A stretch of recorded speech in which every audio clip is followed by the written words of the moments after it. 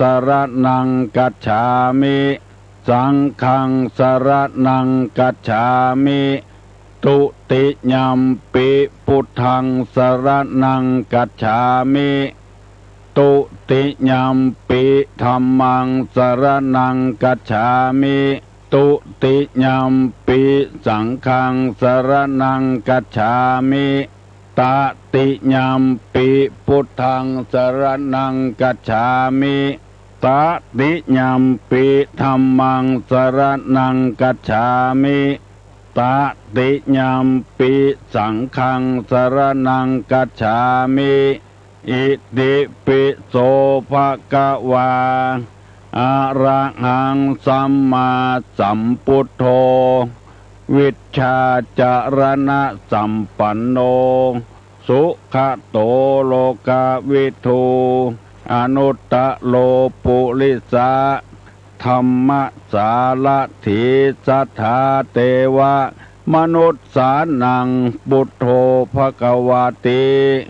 สวากขาโตภควตาธัมโมสันติติโกอากาลิโกเอหิปัสสิโกโอปนะยิโกปัจจัตตังเวทิตโพวินโยหิติสุปฏิปันโนภควโตสาวกสังโฆอุจุปฏิปันโนภควโตสาวกสังโฆญาญาปฏิปันโนภควโตสาวกสังโฆสามิจิปฏิปันโนภควโตสาวกสังโฆญาติตังจัตตาลิปุริสายุคานิอัฏฐาปุริสาปุคลาเอสะภะคะวะโตสาวกสังโฆอาหุไนโยปาหุไนโยทักขิไนโยอัญจลิกาลนิโยอนุตตะลังปุญญเขตังโลกัสสติกราบหนึ่งกราบสองกราบสามกาเลนะธัมมัสสวนังเอตัมมังคละมุตตะมันตะมังการฟังธรรมตามกาลเวลาเป็นมงคลอันประเสริฐมาแล้วเนอะเสียงกองเสียงกองเสียงมองต่ำเข้าเสียงตุเจ้าเทศนาธรรมมาแล้วมาถึงบ้านมาถึงเฮือนมาถึงในวัดมาถึงในที่นอนมาถึงในมุ้งในสุดถึงครัวเรือนถึงห้องน้ำมาถึงในรถมาถึงกุฏิกุฏางเพื่อให้พี่น้องทั้งหลายได้ฟังธรรมะอันเป็นอาหารทางจิตทางใจตุลุงจะได้ย้ำแถมคำหนึ่งว่าอาหารก็ดีน้ำก็ดีข้าวก็ดีลมหายใจทุกวันนี้ก็ดี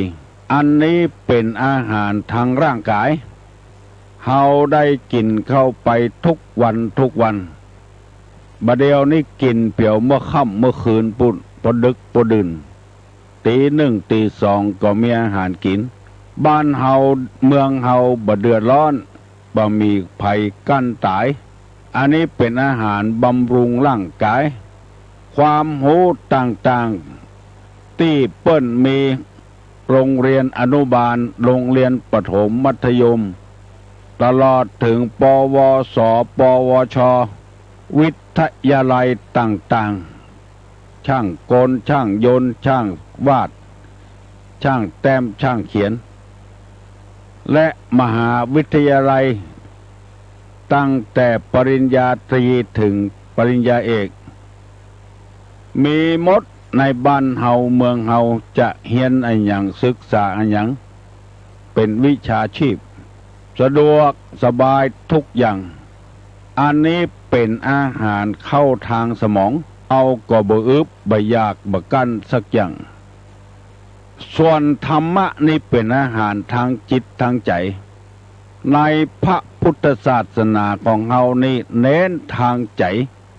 ถ้าว่าคนเฮามีศีลมีธรรมแล้วบางหันแก้ตัวบางหันแก้ได้บางหันแก้หมู่แก้คณะโลกเฮาจะสันติภาพบ่ต้องรบราฆ่าฟันบั่นแตงกัน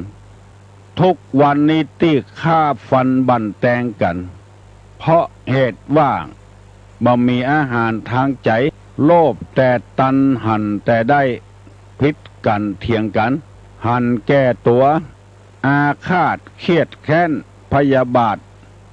ทำไปเพื่อหวังเข้าปากเข้าท้องอย่างเดียวบ่หวังเพื่อความสุขความสมบูรณ์ของโลกของพลเมืองของโลกมกมุ่นอยู่ในทรัพย์สมบัติจนคณะนี้เรียกว่าวัตถุนิยมอยู่บ่ม่วนกันเพราะวัตถุนิยมนิยมของทรัพย์สมบัติเกินไปมีแล้วมีแถมเอาแล้วเอาแถมของเชื้อนั้นจะผิดกฎหมายบ้านกฎหมายเบืองผิดศีลผิดธรรมบ่เข้าใจเอากันซื่อๆจ้านะแล้วความเดือดร้อนวุ่นวายก็เกิดขึ้นเพราะคนเฮาขาดอาหารทางใจในพระพุทธภาษิตกล่าวไว้ว่ามโนบุพังคมะธรรมามโนเศรษฐามโนมายาแปลว่าธรรมทั้งหลายมีใจเป็นใหญ่ใจเป็นประธานสำเร็จที่ใจถ้าใจเฮามีศีลมีธรรมแล้วกายก็อย่าบับไปทำประพฤติชั่วกำปากกำคอก็บักกะเกะกะละลานไผถ้าใจบบเต็มเปี่ยมด้วยคุณธรรมแล้วจะทำไปเลยเพราะขาดคุณธรรมซึ่งเป็นของจีรังและยั่งยืนตัวทุกอย่างอยู่ที่ใจถ้าใจมีศีลมีธรรมเพราะฉะนั้นตุลุงจึงเอาธรรมะมาประกาศให้พี่ให้น้องตั้งหลายฟังทุกวันขอให้คนเฮานั้นได้เอาธรรมะมาใส่ทางจิตทางใจคือหนักๆแล้วสันติภาพจะเกิดขึ้นในบ้านในครอบครัวในประเทศชาติบ้านเมืองถ้าบ้านหลังใดขาดคุณธรรมศีลธรรมบ่มีไอ้อย่างป้อนเข้าโรงงานมันก็จะวุ่นวายอย่างที่เฮาฮู้เฮาหันกันนอกอกนอกใจกันบ่เบ้อเพราะว่าบ่มีธรรมะป้อนเข้าโรงงานคือใจหมู่นี้เป็นต้นในหลวงเปิ้นเคยพระราชทานโอวาทให้แก่เจ้าบ้านเจ้าเมืองว่ากระดุมเม็ดใดถ้าใส่ผิดกระดุมเม็ดต่อไปนั้นก็ผิดหมดหมายความว่าถ้ากึดใจเนี่ยบดีแล้วมันก็บดีไปหมดถ้ากึดใจว่าจะทำดีเหมือนกับกระดุมเม็ดแรกมันถูกมันก็ถูกต้องไปหมดวันนี้จึงได้นำเอาธรรมะมาเสนอให้พี่น้องทั้งหลายฟังแถมครั้งหนึ่งเคยมีคนโทรศัพท์มาถามว่าขอให้ตุลุงเล่าเรื่องเศรษฐีขี้จิแล้วไปตายไปเกิดเป็นหมาก็เพราะใจมันขี้จิใจมันตนีแล้วไปเกิดเป็นหมาเฝ้าทรัพย์สมบัติตัวเองนิยายธรรมะเรื่องนี้ชื่อว่าโตไทยพรามเกิดมาท่ามกลางพ่อแม่ที่มีทรัพย์สมบัติมหาศาลแล้วพ่อแม่บ่กินบ่ทานสักอย่างแม่ตายไปก่อนเหลือกับพ่อจะกินกัวผานจะตานกัวเสี่ยงมีถลายคำอันหนึ่งเป็นห้องถลายมันจะเป็นธาตุนี่ก็ทลาดธาตุทองคำจะเอาฮื้อไผ่กัวเปิ้นหูเอาไปฝังไว้ปรากฏว่าภายหลังโตไทยพามนี่ตายแล้วไปเกิดเป็นหมาแล้วอยู่กับลูกสาวของตัวเองหมานั้นก็หูกำจำเนี่ยยังก็เนี่ยได้หมดตามนิสัยของหมา ปกติหมานี่เปิ้นจะเห่าจะคางงงงงงงงงหมาตัวนี้ห้องบ่เหมือนเปิ้นห้องงืดงืดงืดงืดห้องตึงวันตึงวันตึงวันเจ้าของหมาอันเป็นลูกในอดีตเมื่อเป็นคนก็ห้องอยู่หั่นน่ะก็เลยถามบ้างมาเฮ้ยไปห้องอย่างจังอันเป็นจะใดมันก็ห้องงึดงึดออกนอกบ้านไปเจ้าของก็ไปตยไปเข้าไปถึงที่ลุมฝั่งถาดไว้เอาติ่นเข้าเคลียคดยังเขาหันมาคดหูเนี่ยคดดมเจ้าของมาก็ว่าไอ้อย่างมีสักอย่างกล้าล่นไปเอาเสียมปิกมาขุดลงเป็นไปได้ถลายคำขึ้นมาเอามาไว้แล้วหมาตัวนั้นก็ตายอกแตกตายเลยมันห่วงทรัพย์สมบัติของมันอันนี้มีคนโทรศัพท์มาถามตุลุงก็เลยเล่าให้ฟังเจ๊เพราะจิตใจยังห่วงอะไรทรัพย์สมบัติเก่าของตนตายไปเกิดเป็นงูก็มีเฝ้าทรัพย์สมบัติตัวเก่ามาไปที่ไหนมีคนปะกันบ่อยๆเพราะว่าเฝ้าทรัพย์สมบัติของตัวเองแล้วมีป้อออกแถมคนหนึ่งโทรศัพท์มาถามตุลุงเมื่อตะวาก่อนที่จะจบรายการว่ามิจฉาวณิชชาคือขายครัวตีบบ่เป็นประโยชน์ที่จะเดือดร้อนในพระพุทธศาสนาเปิ้นว่ามิจฉาวณิชชาวณิชชานี่คือค้าขายมิจฉานี่ของบดีในฐานะที่เราเป็นชาวพุทธอยากจะให้ใสสะอาดขายไอ้อย่างพ่องที่มันบดีเมื่อตะวานี่ตอบไปได้3 กรรม1ค้าขายมนุษย์2ค้าขายยาพิษ3ค้าขายสัตราอาวุธข้อที่4นี้ค้าขายยาเสพติดของเมาของดื่มของเมา5นี้ค้าขายสัตว์ที่เปิ้นจะเอาไปฆ่ามี5 ข้อด้วยกันเพราะลูกสาวเปิ้นต้องการให้ฟังแล้วจะเอาไปตอบในโรงเรียนมี5 ข้อด้วยกันเอาคนไปขายค้าขายมนุษย์ค้าขายยาพิษต่างๆที่กินเข้าไปสาบเข้าไปแล้วตายค้าขายสตรางอาวุธขายหอกขายดาบขายปืน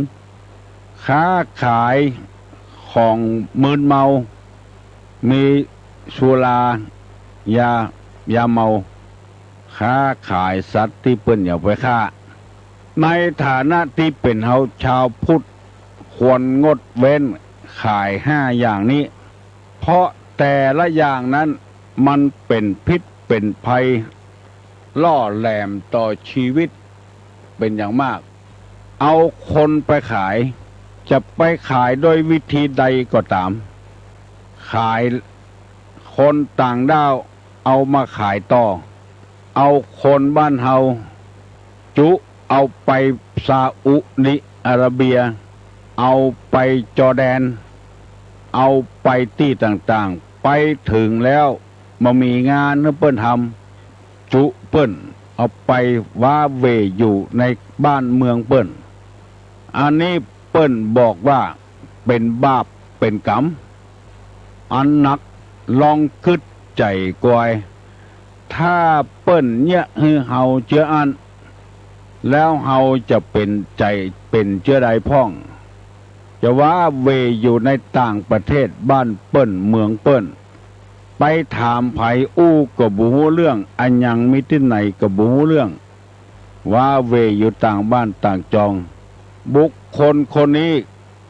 ถ้าทำเชื่ออี้ได้จะฆ่าลูกได้ฆ่าเมียได้ฆ่าพ่อฆ่าแม่ได้กาขายมนุษย์หรือจุละอ่อนไปขายไปบำรุงคนที่มีกามารมณ์รุนแรงข ขายไม่ย่าไม่ยิงหมู่นี้เป็นต้นอันนี้เป็นค้าขายมนุษย์ทั้งนั้นในฐานะที่เขาเป็นเจ้าพุทธเปิ้นบอกว่าอาชีพที่เป็นมิจฉาชีพบ่ควรที่จะดีทำอาชีพทุจริตเดือดร้อนลองคิดใจดีๆเนอะบางคนก็บ่เคยได้ยินกำเตื้อนะบอกว่ากินหัวคิ้วหัวเคิลในกับแม่นกันหมดอะกาขายมนุษย์หมดกินแห้งเพิ่นตัวบ่ได้ออกบ่าออกแหงใจสมองทุจริตอย่างเดียวขอให้ได้สตางค์เป็นดีกันบุคคลที่เฮาขายไปแล้วจะทุกข์จะยากจะลำบากลำบนเต้าใดถ้าเปิ้นจุเอาลูกเฮาไปขายเฮาจะเจ็บใจก็เฮาจะม่วนใจก็เฮาบ่ได้กึดลองเป็นลูกเฮาหลานเฮาหรือว่าจุเมียเฮาละจากเฮาไปมันจะว้าเวขนาดไหนบุคคลจำพวกนี้เปิ้นว่าคบหาสมาคมบ่ได้มุ่งแต่จะเอาเงินอย่างเดียวมันหมดในชาตินี้กินชาตินี้ก็หมดชาตินี้สองสตราอาวุธตั้งแต่ลูกปืนและปืนหมู่นี้เอาไปฟันอย่างก็บ่ได้นอกจากเอาไปยิงกันเอาไปล่าสัตว์ตายเอาชีวิตปิดชีวิตเปิ้นเพื่อเอาร่างกายเปิ้นมาใจยิงกันฆ่ากันเดือดร้อนตึงวันก็เพราะมีคนขายอาวุธขายมีดที่เอาใจเนี่ยการมุยที่เอาใจเนี่ยการอันนี้คงจะบ่เป็นหยังมีดแถมอย่างสปาร์ตาการอย่างกานี่มันเอาใจกันยังบ่ได้นอกจากจะไล่ฟันกันอย่างเดียวอันนี้เปิ้นว่าเฮาบ่ควรเอามากามาขายมีดขายอาวุธที่ฆ่ากันหนึ่งขายมนุษย์สองขายสตราอาวุธสามขายยาพิษที่กินเข้าไปดมเข้าไปแล้วมีอันตรายปิดชีวิตคนไปถูกยาพิษเนี่ยแล้วตายกับตายในฐานะที่เขาเป็นชาวพุทธเปิ้นก็ว่าบัดดีเอามาขายมันจะทำให้คนได้พรากจากกันอยู่ดีๆไปถูกยาพิษตายมาว่ายานั้นจะเป็นยาเบื่อคนกะเบื่อสัตว์กะเบื่อปู่เบื่อป่าก็ตามถ้าเราเป็นชาวพุทธที่เคร่งครัดต่อศีลต่อธรรมบอดดีเอามาขายแล้วมีแถมอันหนึ่งเรียกว่าขายสุรายาเมากินไปแล้วมันมาสร้างสรรค์หัวกินก็มาเดือดร้อนกับเมียกินก็เดือดร้อนกับลูกกับเต้าตุเจ้ากินแถมซ้ำให้คุณงามความดีที่ทำมาสร้างวัดสร้างวาหมดลึกตุเจ้าเมาเหล้ากินเหล้าบ่ฮู้เรื่องฮู้ราวอย่างสักอย่างสเปะสปะอยู่ในวัดหันจ้างตัวเต้างูหันงูตัวเต้าจ้างกินเข้าไปแล้วเผลอสติทำให้สติขาดเป็นคนฮึกเหิมเป็นคนปากกล้ากลางแข็งไปสอนมาได้เพราะว่าน้ำเหล้ามันสึ่งเข้าในสมองเราถึงจิตถึงใจเพื่อเขาเป็นดีสดายคนจัดดีไปเป็นทาสของน้ำเหล้าไปเห็นแล้วเพราะมีคนเอาไปขายตัวลงไปหันวัดหนึ่งเปิ้นมีการอบรมศีลธรรมกันเปิ้นปัดปั่นกันไปนุ่งขาวห่มขาวเพื่อเปิ้นนิมนต์ตุลุงไปเทศโอ้เทศได้ดีวันนั้นเกือบ2 ชั่วโมงแล้วเปิ้นมีกิจกรรมอย่างต่างๆที่จะต้องทำแถมเฮาก็เลยลาเปิ้นมาก่อนพอออกประตูวัดมาเอาเหี่ยแล้วตั้งโต๊ะขายเหล้าสุ่มกะหันเป็น10 ไปเปิ้นไปฟังเทศน์บ่ไปนั่งแวดวงเล่าแมะกำแพงวัดนั่นละอายังเป็นลำเป็นเรือมันบ่มีอาชีพที่จะต้องทำนะกะ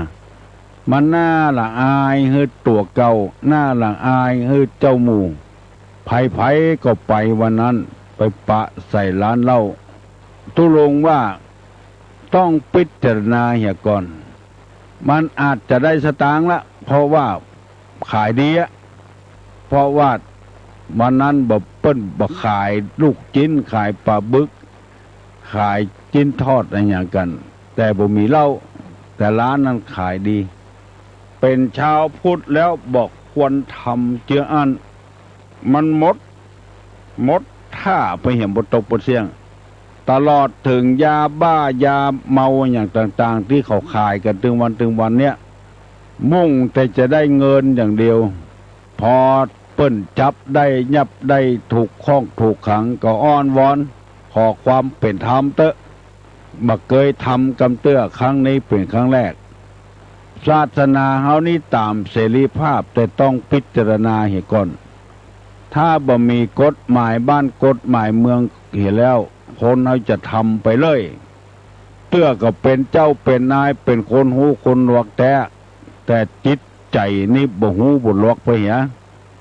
ไปอยู่ที่ไหนก็เม็นโอเม็นทราบคนเล่าหน้าจากขวัญกันยิ่งเป็นตุเจ้าพนายไปเนี่ยจะอ่านแถมซ้ำหายเพราะคนขายมันขายน้ำเหล้ากินแล้วมันบ่สร้างสรรค์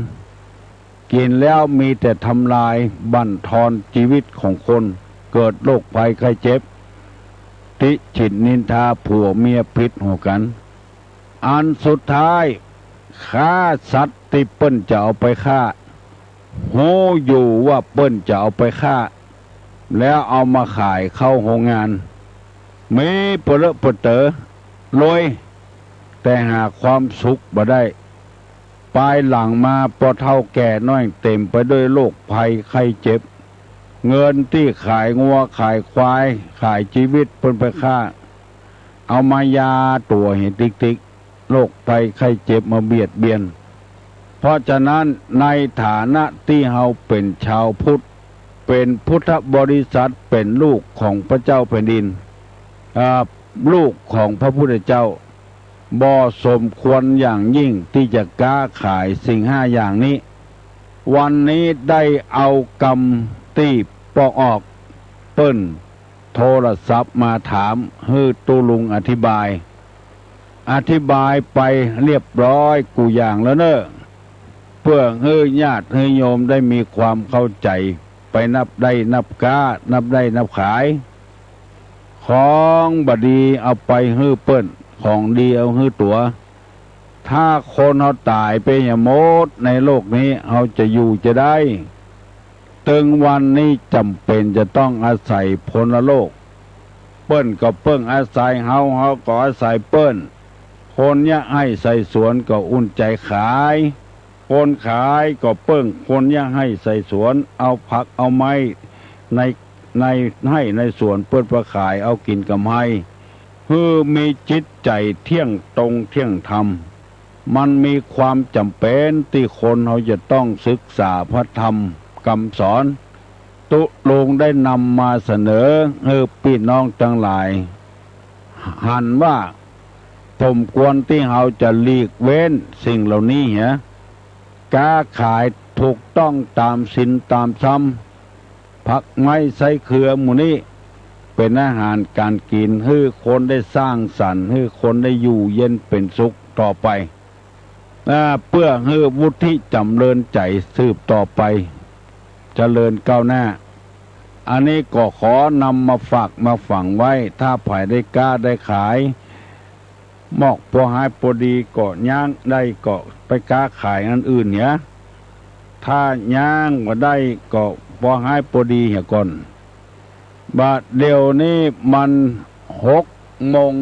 ป่ายละฮัลโหลครับพอถามปัญหาครับผมปัญหาว่า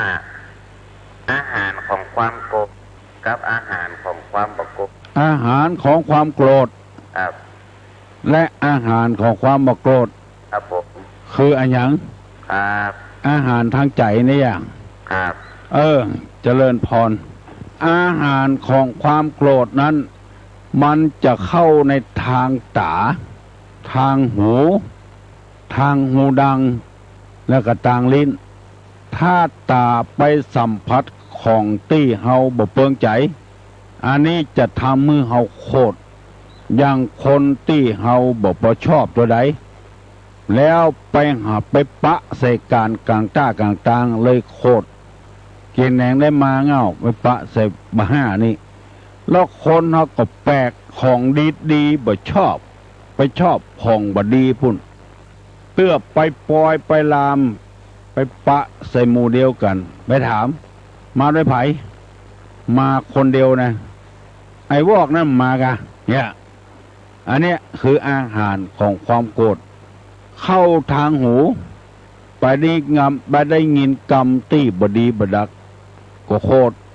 บางเตื้อเปิ้นบอกว่าเฮาสักหน่อยก็ลูบไปเสาะหาอยู่กรรมบดี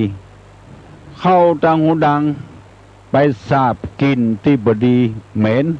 ก็โคตรเข้าทางลิ้นไปแตะต้องใส่เพชรกาเกมกาก็โคตรอันนี้เรียกว่าอาหารของความโกรธคือกามคุณทั้งห้ารูปเสียงกลิ่นรสโผฏฐัพพะไปนั่งใส่บหินกาไปย่ำใส่บหินกานี่เป็นโผฏฐัพพะเตื้อไปเต้าเนี่ยอันนี้เรียกว่าอาหารของความโกรธอาหารของความบ่โกรธนั่นก็คือบ่ยินดีบ่ยินให้หันก็สักแต่ว่าหันได้ยินก็เหมือนกับบ่ได้ยินมันตามเรื่องตามราวของมันได้ทราบเหมือนกับบ่ทราบได้ลิ้นสัมพันธ์กันว่าเรียกว่ามันเกิดเวทนาขึ้นมิตรีบ่ฮือเวทนาก็บ่ยินดีบ่ยินให้กับมันถ้ายินดีกับมันก็เป็นอาหารโคตรถ้าบ่ยินดีกับมันก็เรียกว่าอาหารของความบ่โคตรฮือพิจารณาพระสัมมาสัมพุทธเจ้าเคยถูกหมวดดีละถีด่าไปบิณฑบาตก็โดนด่าตึงวันหัวมดพ่องขี้ค้านพ่องเกิดมาตึงเตื้อบัญญัติเมฆบัญญัติการเพราะว่าไปมุ่งแต่สมบัติวัตถุนักลำไปจนวันหนึ่งพระนนท์บอกว่าพระสัมมาสัมพุทธเจ้าย้ายจากที่นี่ไปเหียเตอะเพราะเขาด่านักล้ำไปหมวดนี้ละถีมุมมีศาสนาพระพุทธเจ้าบอกว่าย้ายไปที่ไหนย้ายไปบ้านหันบ้านนี้ถ้าเขาด่าแถมเยอะๆจะใดจะย้ายไปแถมติ๊กหมูจะแล้วสักเตื้อดูต่อสู้ไปนี่ก่อนเพราะเฮาบ่ใจเป็นคนอย่างที่เขาว่าอยู่ต่อสู้ไปก่อนเมินเข้าเขาใจอ่อนเขาขี้ค้านด่าแล้วไปฟังธรรมคำสอนของพระพุทธเจ้าเกิดความเลื่อมใสมาพวกเดรัจฉีหมู่นั้นก็กลับเข้ามานับถือพระพุทธเจ้าเหมือนกับนายกเดียวเนี่ยหายใจเข้าก็โดนด่าหายใจออกก็โดนด่าเนี่ยอย่างตึงมาได้ดิ้นตั้งใดบุบตั้งหันจนบัดดิ้นบัดตัวอย่างตึงวันนี้จะเอาระเบิดไปฆ่าเปิ้นตำรวจยับได้เอาไปมาโดนนะเมาะหาว่าสร้างสถานการณ์ขึ้นมาคนเดียวหาว่าฝ่ายตรงกันข้ามปั้นเรื่องปั้นราวเพื่อจะประกาศตัวเป็นเอกภาพเป็นใหญ่เป็นโตหมู่นี้เป็นต้นใส่ร้ายป้าย4คนอื่นจะเอาเปิ้นตายเอาไปมาไปยกโทษให้เปิ้นหาเมาะหมู่นี้เป็นต้นต้องอยู่ทนต่อไปเพื่อให้เจ้าโลกพิสูจน์ว่าตัวเองบ่มีความผิดอย่างที่เขาว่าเปิ้นโกงชาติลาบลาตั้งม็อบกันขึ้นว่ากู้ชาติ ทั้งที่ในหลวงเปิ้นก็บอกว่าชาติของเฮายังบ่ล่มบ่จมเตื้อไปกู้เอาอย่างว่ารัฐบาลโกงชาติกฎหมายบ้านกฎหมายเมืองก็มีอยู่ไปฮื้อคนโกงได้ง่ายๆจะได้จะต้องฟ้องกะถ้ามีหลักฐานก็ต้องฟ้องกะอันนี้ใส่ร้ายกันต้องทนเอาไว้ฮัลโหลเจ้าไหว้สาเจ้าหลวงพ่อเจ้าถามปัญหาเนาะไม่ใช่ถามคุณลุงนะถามคนอื่นก็ได้กับเจ้าได้จ้ะว่าคุณของพระพุทธเจ้า3ประการประกอบด้วยอย่างของเจ้าถามกรรมเนาะคุณของพระพุทธเจ้า3ประการประกอบด้วยอย่างเจ้าถามคนอื่นนะเจ้าไม่ใช่ถามตุลุงนะถามคนอื่นเนาะเจ้าบังอาจถามตุลุงไม่ได้บ่บังอาจไผ่ตอบได้ตอบมาเนอะพุทธคุณ3คุณของพระพุทธเจ้าพุทธคุณนะอะไรบ้างไผ่ตอบได้ตอบมาเนอะแม่ออกเปิ้นเคยโหพระภูคำมุลวรธรรมโมจัตเทศธรรมกำเมืองเรื่องความกตัญญูฮัลโหลครับผมว่าอันผมว่าอีเนาะเครื่องกันว่ากันแม่มันต้องอ้วนเนาะทำดีกว่าเนาะผมต้องอ้วนเนาะทำดีกว่าเนาะครับก็เป็นธรรมกะบัดใจธรรมเป็นหยังเพื่อนถามมาว่าอันหยังเป็นเหยื่อของความโกรธเนี่ยครับเป็นธรรมลูกฟังดีๆเนอะปอออกแม่ออกตุดลงบัดได้ไปการบ้านการเมืองเขายกตัวอย่างให้ฟังฮัลโหลครับก็จะตามปัญหาก็ปัญหาครับถ้าปัญญาที่คุณวิสุทธิคุณกรุณาที่คุณครับดีครับตอบมาแล้วเนอะแม่ออกเนอะคุณของพระพุทธเจ้ามี3อย่างปัญญาคุณวิสุทธิคุณมหากรุณาธิคุณฮัลโหลสวัสดีครับกราบนมัสการตุลุงครับถามปัญหาเลยครับคำว่าคน2 โลกนี้หมายความว่าอย่างไรครับผมคน2 โลกครับผมใครตอบได้ตอบมาเนอะคน2 โลกคน2 โลกนี่คือคนเชื้อใดใครได้ตอบมาเนอะเหยื่อของความโกรธนั้นเข้าตังหูตังตาแล้วก็เข้าทางใจตัวฮัลโหลนมัสการเจ้าจากละปูนเนอะละปูนก่อนมันร้องเจ้ามันร้องเจ้าบ้านร้องน้องเต้าอย่าไปให้มันท่วมใจเจ้าเจ้าเจริญพรเนอะเจริญพรดีแต่จะไปให้มันท่วมใจเนอะท่วมกันน้ำก็เหือนพอละถ้าท่วมใจนี่มันตุกใจเนอะฮัลโหลในพุทธศาสนาสอนว่าจะไปให้มันท่วมใจท่วมกัดเหือนก็พอละถ้าท่วมใจนี่มันมาแห้งง่ายๆนะจะไปให้มันท่วมใจทรัพย์สมบัติภายนอกมันเป็นปัจจัยของเฮามันเป็นของที่เฮาอาศัยมันชั่วครั้งชั่วคราวบ่ได้อย่าไปตุกใจตัวมันถ้าตุกใจตัวมันก็กระวนกระวายทีวีก็หมดตู้เย็นก็หมดพัดลมก็หมดตุกใจตัวมันแถมชีวิตยังมีหมู่นี้หาได้อยู่แต่จิตใจของคนนี่มันหาได้ยากขอโทษเนอะปออกไม่ออกอาจที่เข้าใจผิดคิดว่าตุลุงอู้กันบ้านกันเมืองฮัลโหลครับให้สาถามปัญหาครับความสำรวมกายวาจาในทางพระพุทธศาสนาเรียกว่าอย่างสำรวมกายสำรวมวาจาใจทางศาสนาเรียกว่าอย่างคน2 โลกคือคนจะใดมีปัญหาอยู่2 ข้อนี้ไผ่ยังไม่ได้ตอบตัวเนอะความสำรวมกายวาจาใจเรียกอะไรฮัลโหลจ้า พระเจ้านั่งกู โอ้ได้เป็น10 ปีบ่ปะกันปล่อยต้นต่อปันไก่ปุ่นได้อู้ตุลุงเนาะแต่ถ้าขอโทษตุลุงแจมไปอย่างเอี้ยอู้สอนในธรรมนะตุลุงสอนในธรรมกะสนับสนุนเจ้าเดียเจ้ามาตรการเจ้าเจริญพรเนอบ่โคตรบ่เกียดหยังสอนให้เปิ้นเข้าใจให้เปิ้นหูยกตัวอย่างให้ฟังบ่ได้เบิ่งก็เลยว่าเฮาอู้การบ้านการเมืองมันเป็นไปอย่างเงี้ยคนเฮาจะพยายามเนอะ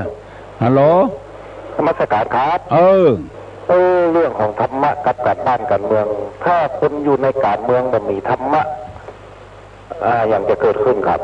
อันยังจะเกิดขึ้นครับน่าก็ว่าอยู่หน้ากรุงศรีอยุธยาโดนเผาพระเจ้าเผาก็บ้านนะครับเผาวาหมดหนอพระเจ้ามาสร้างลงห้วยกลายเป็นห้วยพระเจ้าเลยห้างกันมาได้ครับคุณธรรมกับธรรมะนี่การบ้านการเมืองมันจะต้องไปตัวกันโอ้คนบ่มีศีลมีธรรมนั่นแหละครับผมเนี่ยคือคนมีศีลมีธรรมเลือดร้อนทั่วประเทศเนาะครับผมเขายกตัวอย่างให้ฟังนั่นครับนายกรัฐมนตรีเป็นนายกรัฐมนตรีของประเทศไทยรู้หรอเนาะของไทยคนใดคนหนึ่งทั้งแจ้งออกไปนายกบดีแล้วก็มันจะย่าให้บ้านเมืองเอาสิบหายอันนี้เป็นย่าดีมาลูกครับนอกกันครับผมก็ขอฝากไว้กับไอ้ที่เข้าใจผิดตัวนู้ครับนมัสการครับตู้ลงก็ขอขอบคุณที่เปิ้นเข้าใจผิดเนี่ยอย่างเราจะยกตัวอย่างก็มายกตัวอย่างมันบ่เข้าใจฮัลโหลครับผมถ้าหากว่าตุ๊ดเจ้าเนี่ยประเทศธรรมะคือนักการเมืองฟังนะครับมันก็จะนักการเมืองก็จะแบบมีธรรมะครับถ้าตุ๊ดเจ้าเตะหลักการของนักการเมืองฟังเนี่ยแบบความโลภนะครับอันนี้ถูกต้องครับผมขอสนับสนุนครับสนับสนุนไผสนับสนุนตัวโลครับน่ากะขอสนับสนุนยกตัวอย่างให้ฟังว่าคนบ่มีศีลมีธรรมเนาะจะฆ่าเปิ้นแต่ก็ว่าเปิ้นสร้างสถานการณ์เตี้ยเปิ้นไปฟังผิดไปเหี้ยเลยก็คนมันขาดศีลขาดธรรมนั่นเองถ้าคนไทยเป็นอย่างนี้อย่าหมดบ่มีหัวหน้าบ่มีไปตักไปเตือนว่าอย่างนี้ก็โคตรว่าอย่างนี้ก็โคตรมันไปเป็นบ้านเป็นเมืองจะได้ฮัลโหลเจ้าให้สาเจ้าเขาตอบปัญหาแต่บอกว่าจะถูกก่อนนะมันแน่ใจมันแน่ใจ100%คือการสำรวมอินทรีย์จากอินทรีย์สังวรอย่างสมบูรณ์ก็จะถูกก่อนน่ากะสำรวมอินทรีย์6ตาหูจมูกลิ้นกายใจอย่าไปยินดีอย่าไปยินให้ก็ถูกพังแล้วนะอย่าไปยินดียินให้สำรวมอินทรีย์6หันก็หันยานะได้ยินก็ได้ยินอย่างนั้นนะบ่ยินดีบ่ยินให้สำรวมอินทรีย์6ตาหูจมูกลิ้นกายใจคน2โลกคือคนจะใดเบิ้นถามมาตะกี้นะไผตอบได้ก็ตอบมาเนอมาได้กับเกี่ยวการบ้านการเมืองอย่างเนอตุลุงอู้ซื่อๆบ่อู้กดอู้โกงบ่เข้าตังใดบ่ออกตังใดเฮ้อพ่อเอาเหี่ยก่อนอันหนึ่งปอดาขันตกพอจะเข้าปากแล้วอันหนึ่งกำลังจะมาเข้าอยู่ตังใดดีตังใดให้จะกินอันใดจะถ้ากินเข้ากำลังมาอยู่กับขันโตกเอาอันใดมันเที่ยงตรงเที่ยงธรรมบางครั้งเขาก็ไปฟังข้อมูลที่มันบ่ถูกเขาก็เลยคนที่อู้เป็นเจ้าเฮานายเฮาก็เลยหันเหไปเหี่ยทั้งนั้นทั้งใดหาปะแก้เจ้าบันปะแก้ขอถามดีๆเด้อตุลุงกายของกับหงยากายถ้าเจ้า2เดินในไปข้างอย่างว่ากายแต่จะไปกายมันเป็นนัดไปกวดเบาหวานแหละแล้วดีๆไปแล้วไปนั่งค่ะบนบ่หูห้องจริง เปิ้นเย่คือเฮาหายเปิ้นจะฆ่าเฮาโอ้ไม่กายยังกายเจ้าสองเด้อเลยไปตื่นกายโอ้ถ้าไปหมูจักไผนี่ก็กายโอ้ตุลุงเข้าไปแล้วก็เหมือนกับลูกกับหลานเข้าไปแล้วตุลุงมาแล้วจังน้ำหนักเหกก่อนอันนี้ก็จังเหมือนกันวัดความดันเหกก่อนวัดความไข้เหกก่อนแล้วก็มกายไปหันหน้าหันตาก่อนของอู่กันไปซ้ายตะอีนเจริญพรบ้านปะแกก็เป็นโอ่งว่าตุลุงกายกะมึงกายเฮาก็ทำอกทำใจใดก็ออกไม่ออกอารมณ์ของเฮานี่มันมีอยู่หลายอารมณ์ด้วยกันฟังไปเรื่อยๆเนอะตุลุงจะย่างเหี่ยก่อนเนอะวันนี้นะ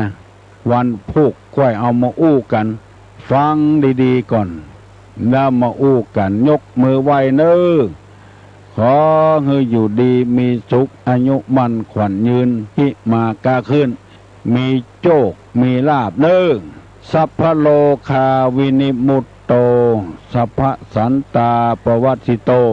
สัพพะเวระมติกันโตนิพพุโตจตุวังภวะสัพพิติโยวิวัชชันตุ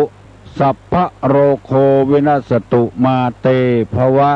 ตวันตรายโยสุขีที่ขายุโกภวะอภิวาทนาสีลิสานิจัง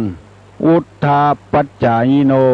จัตตาโลธรรมาวัฏันติอายุวันโนสุขังปะลัง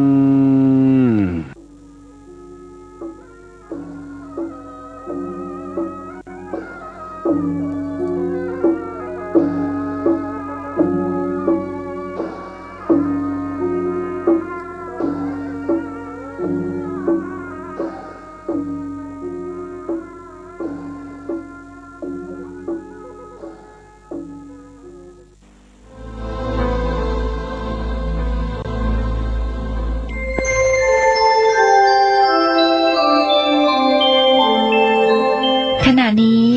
ท่านกำลังฟังสถานีวิทยุกระจายเสียงพระพุทธศาสนา FM 104.5 เมกะเฮิรตซ์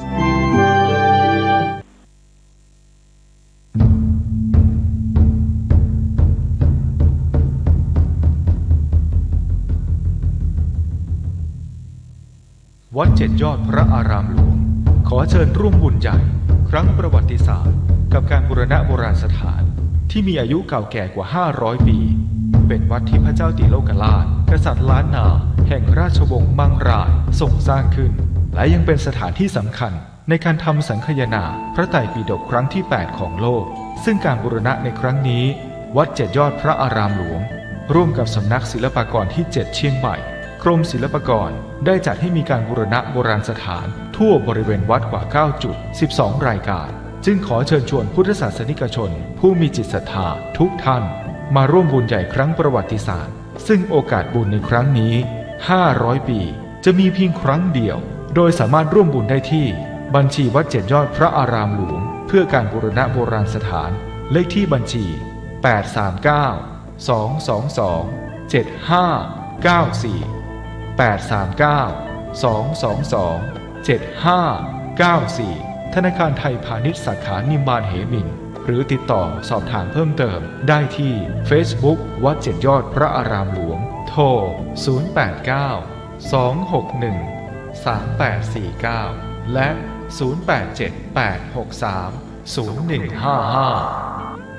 087-863-0155